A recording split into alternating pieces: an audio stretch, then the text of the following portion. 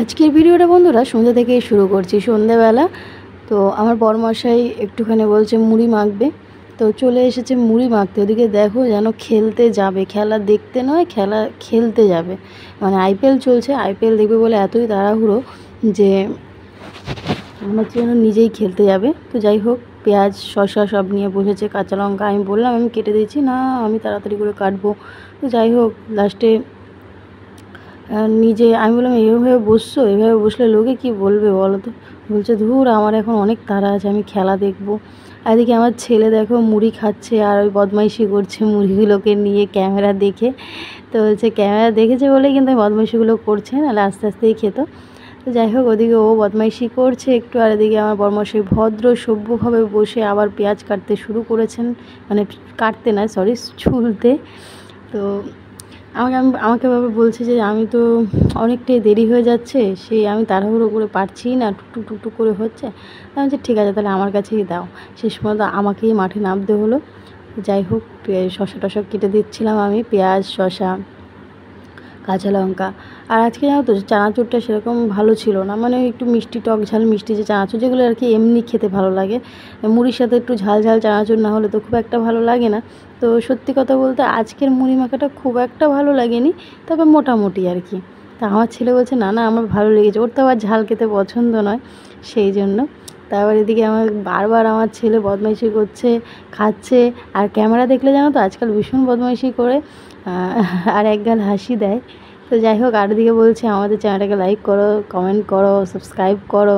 তো ওর কথা বলে যাচ্ছিলো, আমি বলছি তোর কথা কোনো কিছুই শোনা যাবে না বাবা, আমি সব ভয়েসগুলো স্কিপ করে দেবো। বলছে তাই। এদিকে আমরা তিনজন মিলে, যাই হোক মুড়িটা অতটাও স্বাদের হয়নি, তবে ভালো লেগেছে, একদম খারাপ না, খাওয়া যাচ্ছে। তবে আন্দামানে এসে মুড়ি মাখা খাই, কিন্তু কলকাতার যে চানাচুরগুলো সত্যি অসাধারণ অসাধারণ। সেই চানাচুর, সেই ঝাল ঝাল চানাচুর, সেগুলো একটা অন্যরকমই স্বাদ।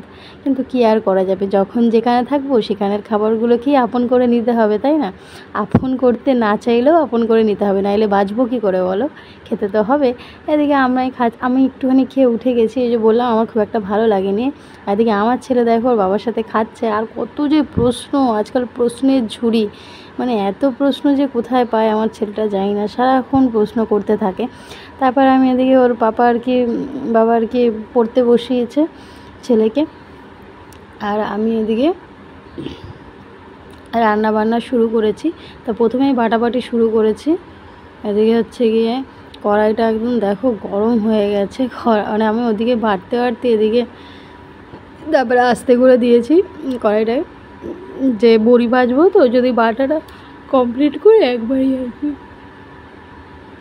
সরি বন্ধুরা, এত ঘুম পাচ্ছিল, এত ভিডিওর চাপ থাকে তো মানে ঘুম পেয়ে যায়, তো কিছু মনে করো না, হাই উঠছিল।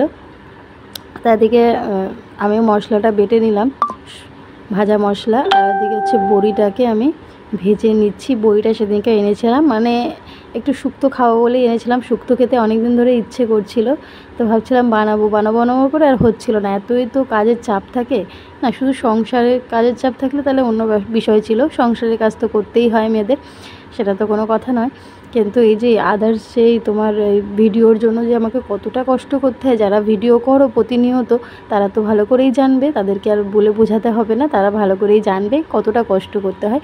ওদিকে আমি ভাজা মশলা, ওদিকে কি বলে মৌরি আর হচ্ছে গিয়ে রাঁধুনি, এটা একটু হালকা ভেজে গুঁড়ো করে রেখে দিলাম, ওটা লাস্টে দেবো বলে। আর এদিকে হচ্ছে গিয়ে বড়িটা ভেজে তুলে রেখেছি লাল লাল করে। আর বড়িটা না একটু বেশি ভাজা হয়ে গেছিলো, কারণ তেলটা যদি বেশি গরম হয়ে গেছিলো, তো কিছু হবে না, চলবে। আর এদিকে হচ্ছে বেগুন আর পেঁপে বলছি, বেগুন, কাঁচকলা, উচ্ছে, এই তিনটে সবজি আর কি এখানে ভালো করে ভেজে নিচ্ছিলাম, একটু তেলের মধ্যে দিয়ে নুন দিয়ে ভেজে নেব সুন্দর করে। আর ওদিকে আমি আদা, কাঁচা লঙ্কা, মানে এক টুকরো আদা, কাঁচা লঙ্কা আর 1-1.5 চামচের মতো সর্ষে, কালো সর্ষে নিয়েছি। আর পোস্ত নিয়েছি 2 থেকে আড়াই চামচের মতো, পোস্তটা একটু বেশি দিলে ভালোই লাগে খেতে, আর পোস্তটা আমি ভীষণ পছন্দ করি। এদিকে বেটে নিয়েছি। আর বাটনি তো করতে ভালো লাগে না, যেহেতু মিক্সি নেই তাই করতে হয়, তবে বাটনি করতে ভালো না লাগলেও বেটে মশলা দিয়ে যদি রান্না করি ভীষণ টেস্টি হয়। কিন্তু তাই কিছু জিনিস জানো তো তোমার না থাকাটাই ভালো। তাতে লাভ হয়। কিছু কিছু জিনিস না থাকলে তাতে মানে খারাপ কিছুই হয় না, লাভই হয়। তো এদিকে হচ্ছে কি আমি ফোড়ন দিয়ে নিয়েছি, শুকনো লঙ্কা আর পাঁচ ফোড়ন দিয়ে, তারপর হচ্ছে কি আদা আর সর্ষে পোস্ত যে বাটাটা করে রেখেছিলাম কাঁচা লঙ্কা দিয়ে, ওটা ভালো করে ভেজে মশলাটাকে, তারপরে তোমার সব ভাজা বলছি, আমি আলু আর পেঁপেটাকে একটু সিদ্ধ করে নিয়েছিলাম, যেহেতু ওগুলো একটুখানি সিদ্ধ করে দিলে ভালো হয়, ভালোভাবে আর কি সেদ্ধ হয়ে যায়। তো আলু আর পেঁপেটা আগে ভালো করে দিয়ে নেড়ে চেড়ে তারপর সমস্ত ভাজা সবজিগুলো দিয়ে নিয়েছি, দিয়ে একটুখানি দুধ দিয়ে দিলাম, একটু মানে কি মোটামুটি ভালোই দিতে হবে যাতে আর কি টেস্টটা আসে। শুক্তোতে দুধ না দিলে তো টেস্ট হবে না। তো এদিকে আমি দুধ দিয়ে দিলাম, আর দিয়ে একটুখানি ভালো করে মোটামুটি একটু কষিয়ে নেব। আর এই রান্নায় কোনো হলুদ ব্যবহার হবে না, নুন দিয়ে দিয়েছি আর একটু চিনি দিয়ে দেবো, আর জলও দিয়ে দিয়েছি। দুধ দেওয়ার পরে একটু নেড়ে ছেড়ে জল দিয়ে দিয়েছি, আর বেশি জল দেবো না যেহেতু শুক্তো একটুখানি মাখা মাখা টাইপেরই হবে। আর এদিকে চিনি দিয়ে দিলাম, একটু দিয়েছিলাম, তারপর আরেকটুখানি দিয়েছিলাম, মানে অল্পটাই, মানে 1 থেকে 1.5 চামচ মতো দেবে তোমরা।